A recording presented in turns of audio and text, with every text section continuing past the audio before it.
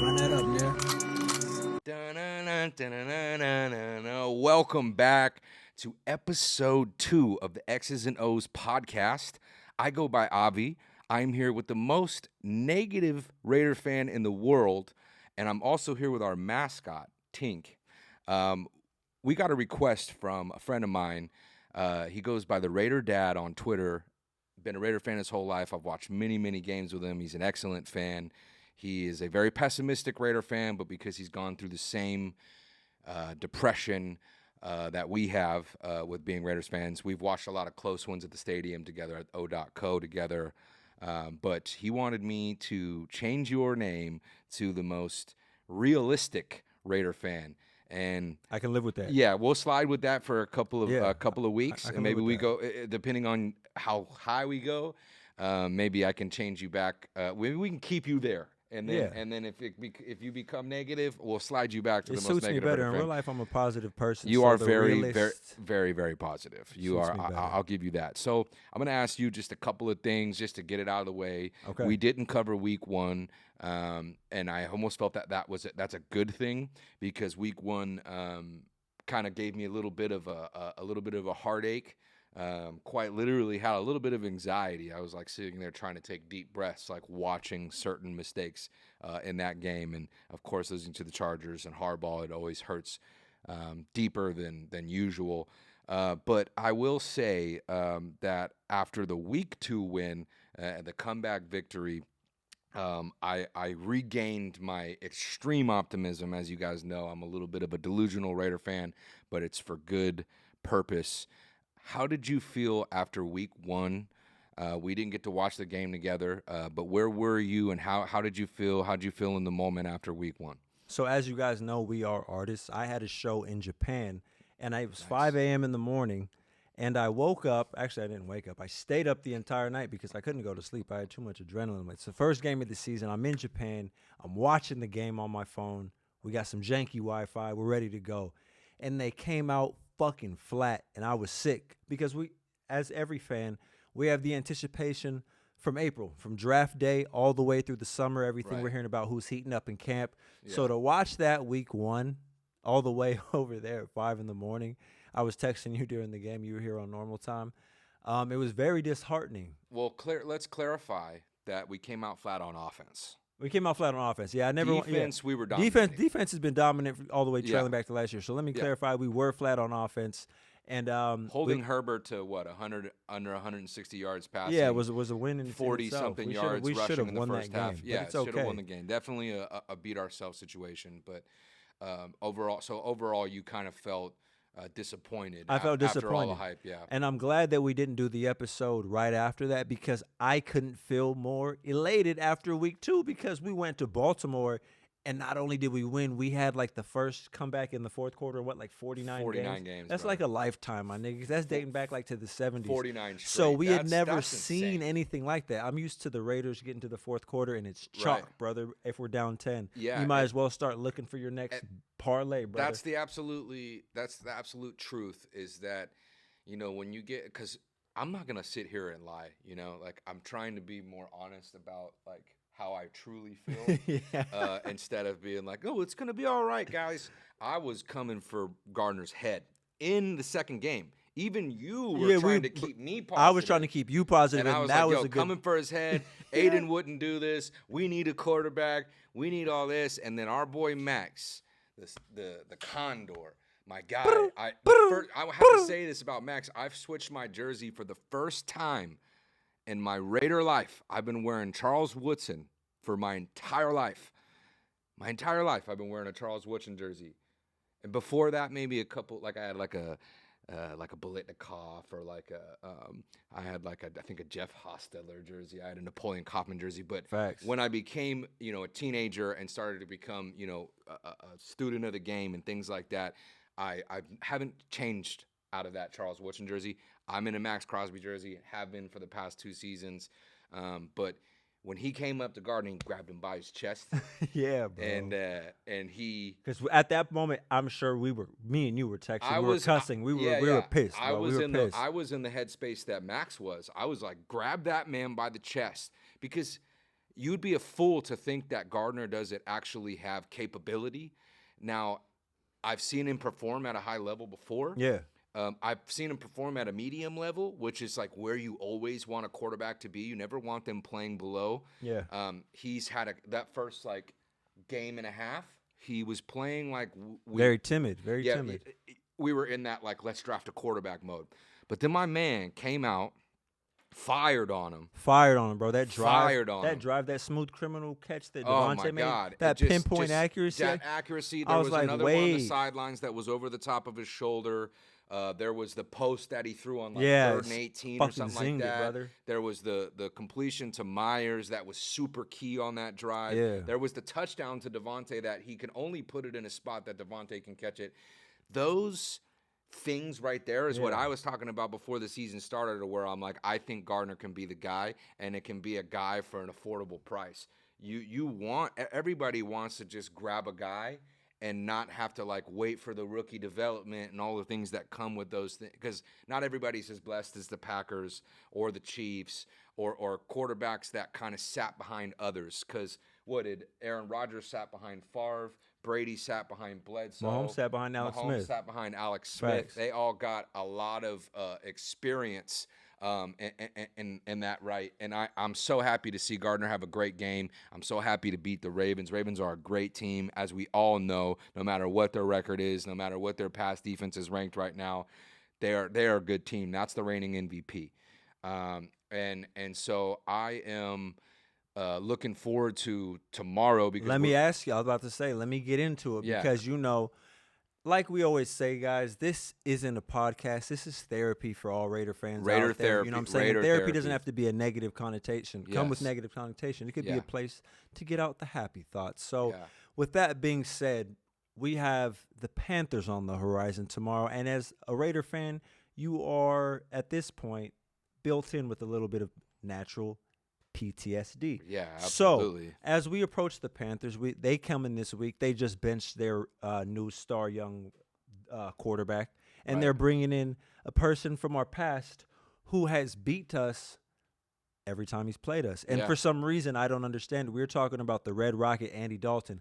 I don't know why we can't beat this nigga, but let me tell you, Raider Nation. He is 4-0 against us. Is this a trap game, Obvi? You tell the people, tell me, because, I feel like we should dominate, but if we lost, I would be like, it's happening again. So I usually believe in trap games. I really do, but not when the culture's right.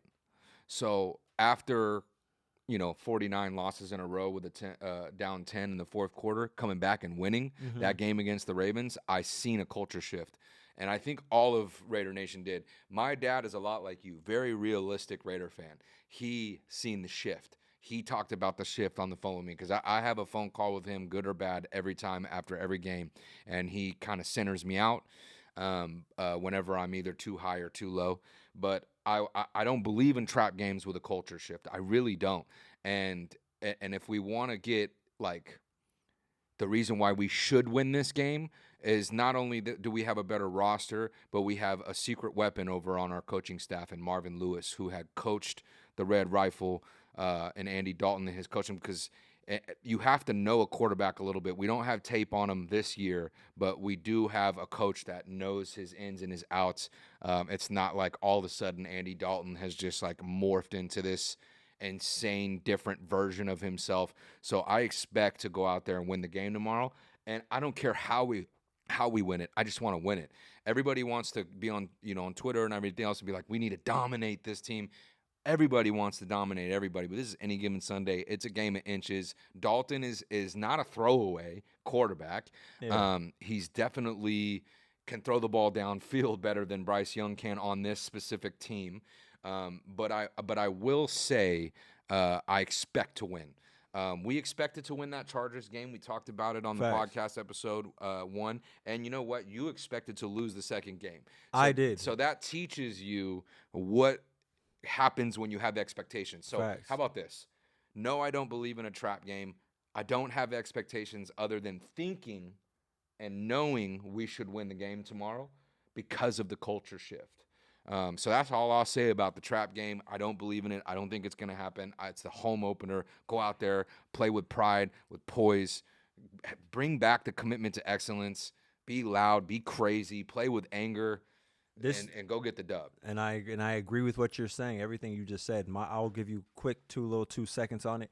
I think that if we are the team that we're supposed to be this year, you go out home opener. They tried to send us on the road first 2 weeks. We come out. We're supposed to smack these niggas. Right. Let's go out there, set the tone. If the culture exists that you speak then you go out there and smack. then let's smack yeah, it. And now let me tell you on the contrary.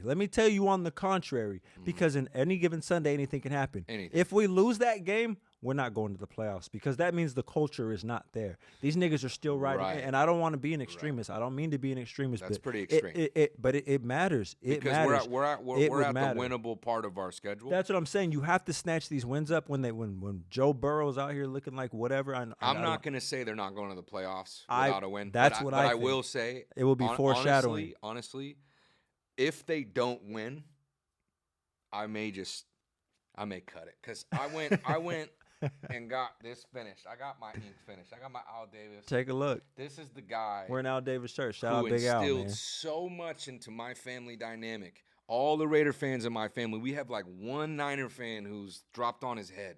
The rest of my family are Raider fans. Everyone.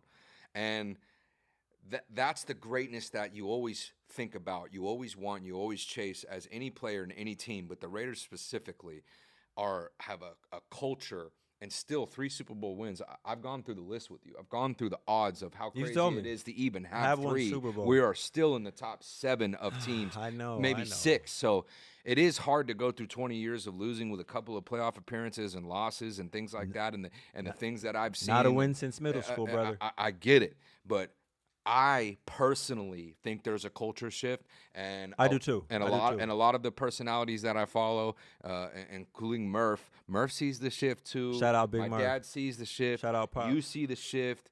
Please go out and win this game, Raiders. If any Raider fan ever watches this, and you see this tonight, we're gonna load this tonight. It is Saturday. Tomorrow is Sunday.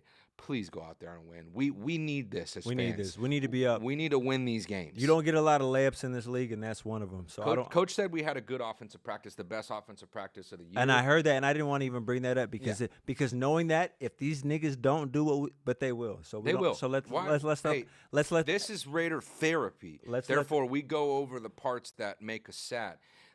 We also can go over the parts that we're happy about. Absolutely. We just beat the Ravens in their house. Speaking of parts that we're happy about, let me roll you along. Brock Bowers. Oh, brother. Talk about him. I don't even want to go into detail. All I can say is he's doing exactly what I said he would do. I'm happy to see him at the top. At the top, isn't it weird? You want to say, oh, he's the best rookie in football.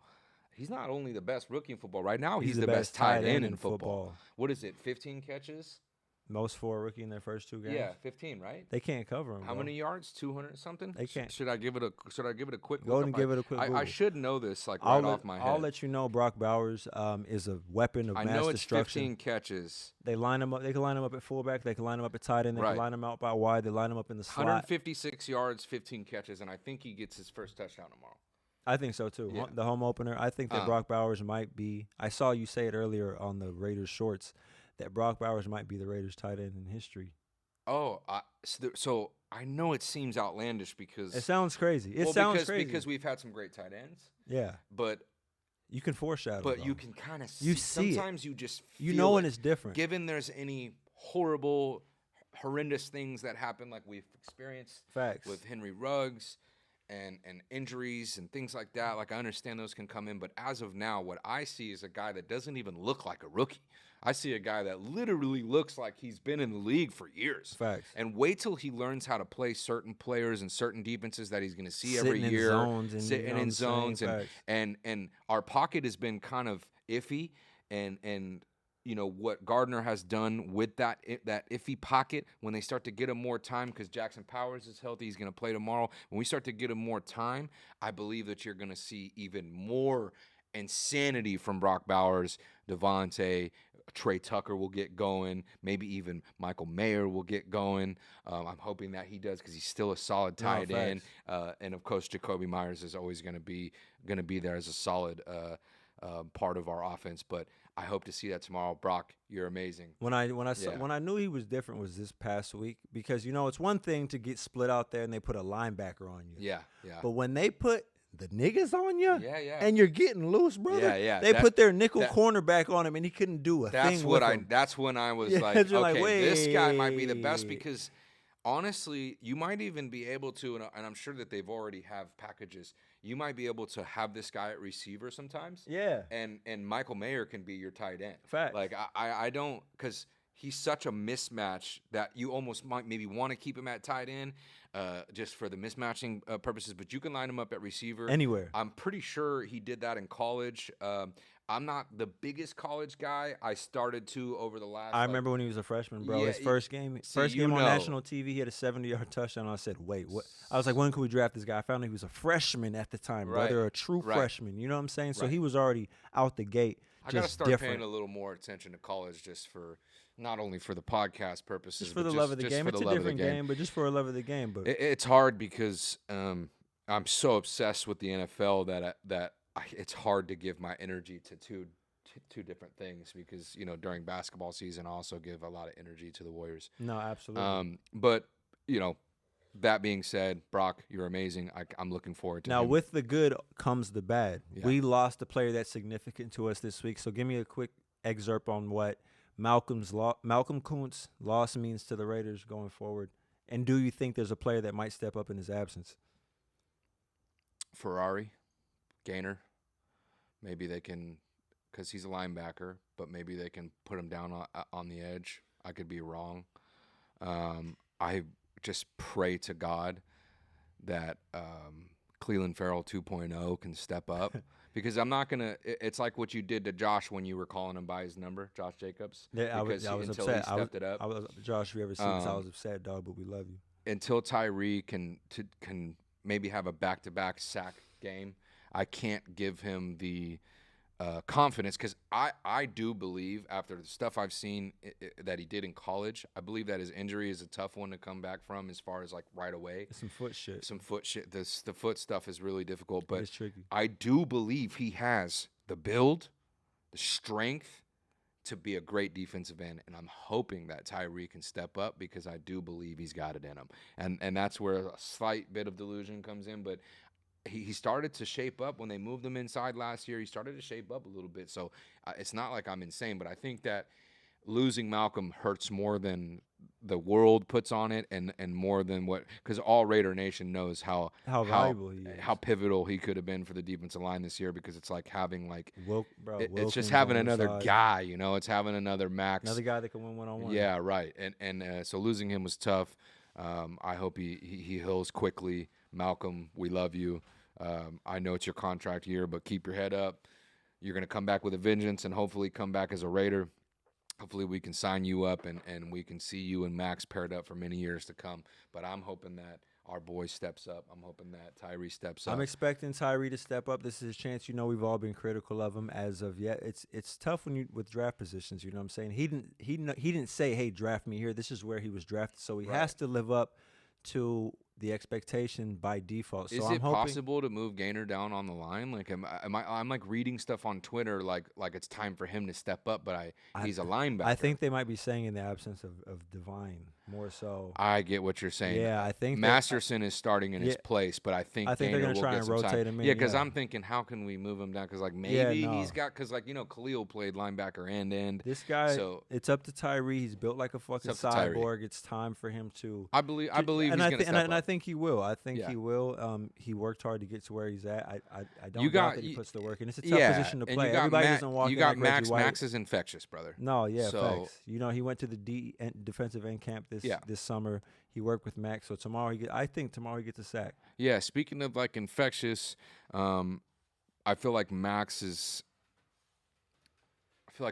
love for the game has trickled down, mixed with AP's, but it's trickled down throughout the whole organization. And you got players that They're showing out. Are playing above Oh, expectations. facts. Absolutely. It's somebody that Jack Jones was a quote-unquote throwaway. It's something that, it's something that exactly. He's a Pro Bowl level absolutely corner. insane. Pro Bowl level corner. Madden, get his rating pro. right. He's not a 74. All pro. What the fuck are we All doing? pro. He's a minimum 80. You're Come out of your on, mind. man. Get He it literally won us that game against the Ravens, in my opinion. That Should go on strike. knocking the ball out at, they would have been in field goal range.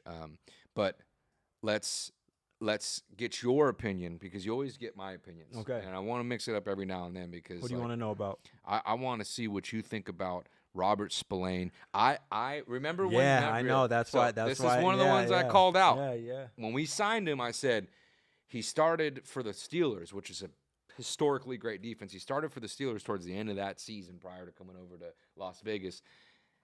And I thought he was the man. I'm like, we just got a guy. Facts. And he was, what did he have, like 11 tackles? The guy was all over the field, had a pivotal interception. Shout out Spill, man. Shout out Spill your brains out, because that guy is different, man. It's the irony of him coming in with a low pass coverage grade is ironic, because he plays these running backs or these tight ends out of the backfield as good as anybody.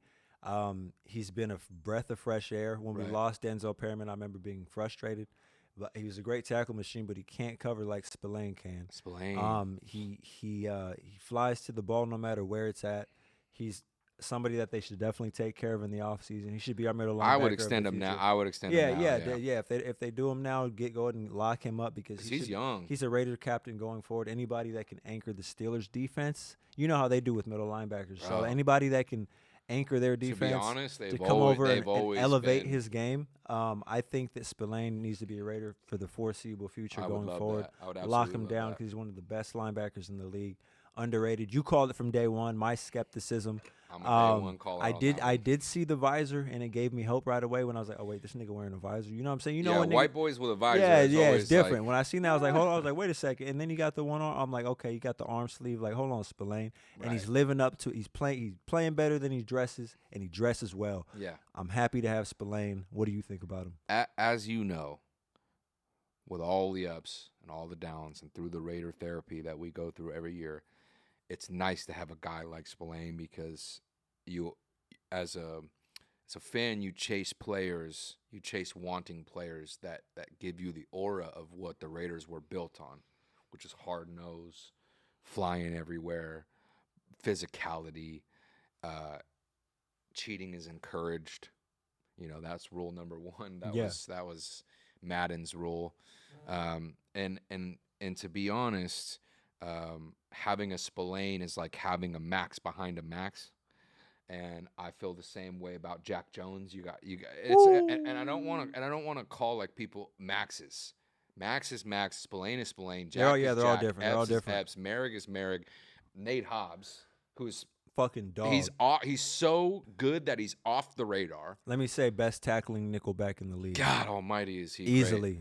God, that man is great. Easily. Run support, monster. That man is great. But with all the excitement that I have in the defense and the newfound excitement that I have in the offense, there's one guy that I'm a little bit worried about. And I'm not worried about his capabilities. I'm worried about what has happened, and that's Zamir White. Because it's funny. Last year at the Chiefs game, when we needed him, he ran us to victory. Brother. He did that again against the Ravens. He ran really hard out of nowhere. He gets the tough yards.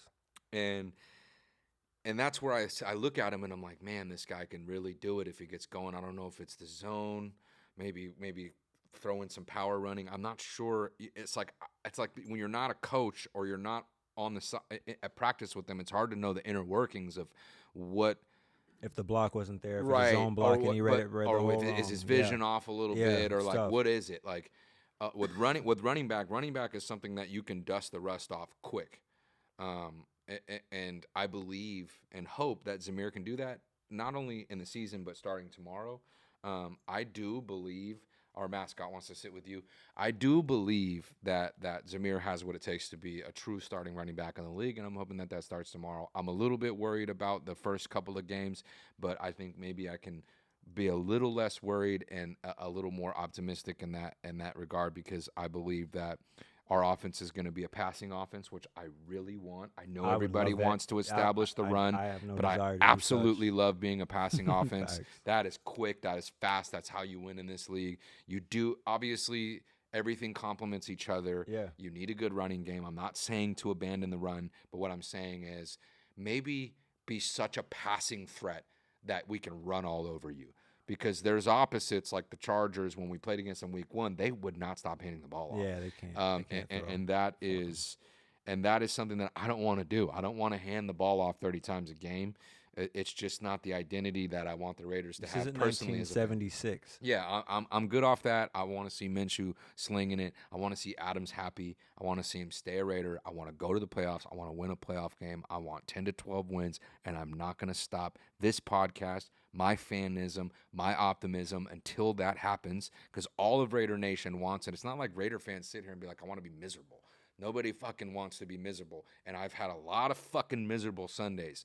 And tomorrow's not going to be one of them. And I don't want to start this thing where we say, oh, we're going to win, and then we lost that Chargers game. Yeah, no, we're going to, I don't know about the Ravens. Yeah. And then we win it. What I want to say is I have faith that we will win. Yeah. I'm not going to guarantee shit. Nothing's guaranteed in life. Nothing's guaranteed in this But league. I have faith that we will win. And it's going to be really dope to have faith in that. Come back next week to have faith that we can come back next week, because there's a big difference between hope and faith. You can hope the Raiders are going to be good, but you can have faith, and faith will keep you level-headed. Hope will cause delusion, and that's something that I've suffered from with Raider Nation for so long. But that's okay.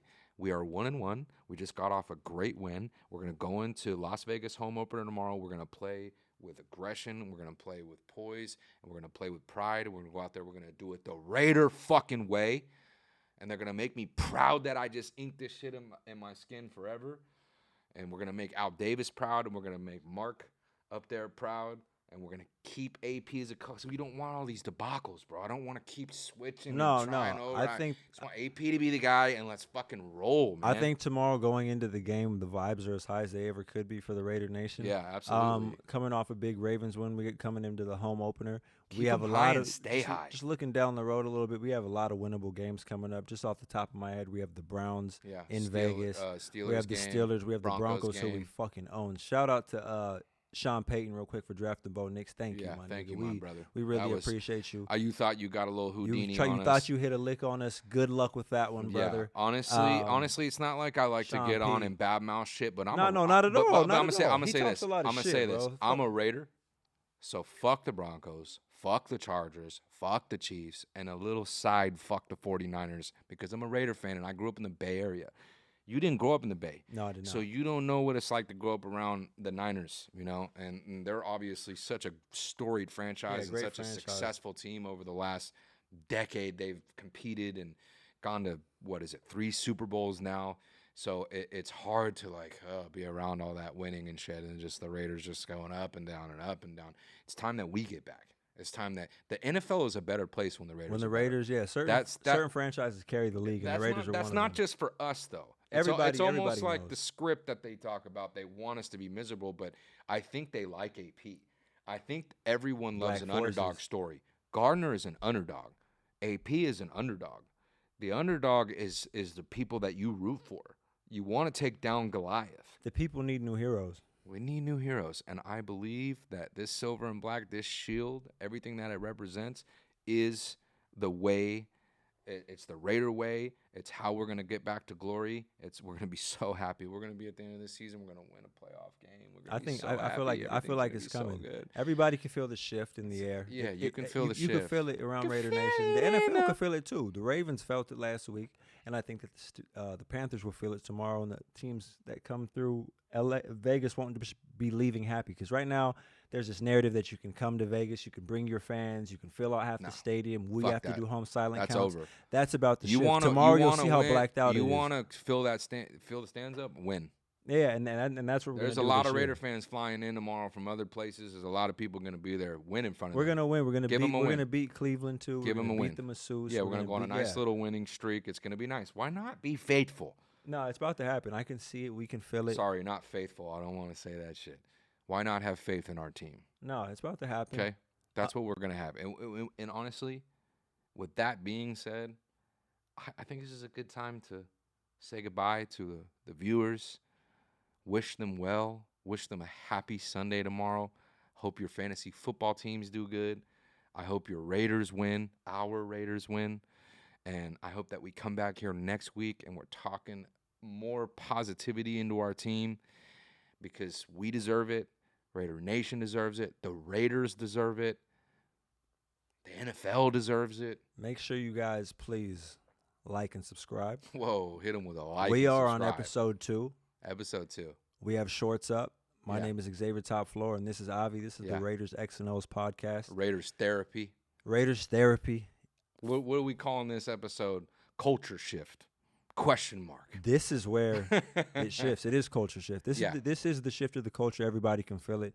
And we just want to say thank you to you guys for sitting with us. Yeah, thanks for watching. Yeah, if honestly, if you guys have things that you want us to talk about, send them in. You have comments, you want to you tell us that it's terrible. I don't care what it is. Just DM us, comment, anything you want. We'll talk about it. We'll cover it. Have a Twitter going this week. Feel free to tap in. This is Raider Therapy, okay? So talk. We're here for you guys. We're here for you. We are here. You're here for us, but we are here for you. We're here to talk to you guys about this and make sure that you feel comfortable in being a Raider fan, because I know it's hard to be a Raider fan, but we stick our chest out when we win, and that's what we hopefully are going to do tomorrow.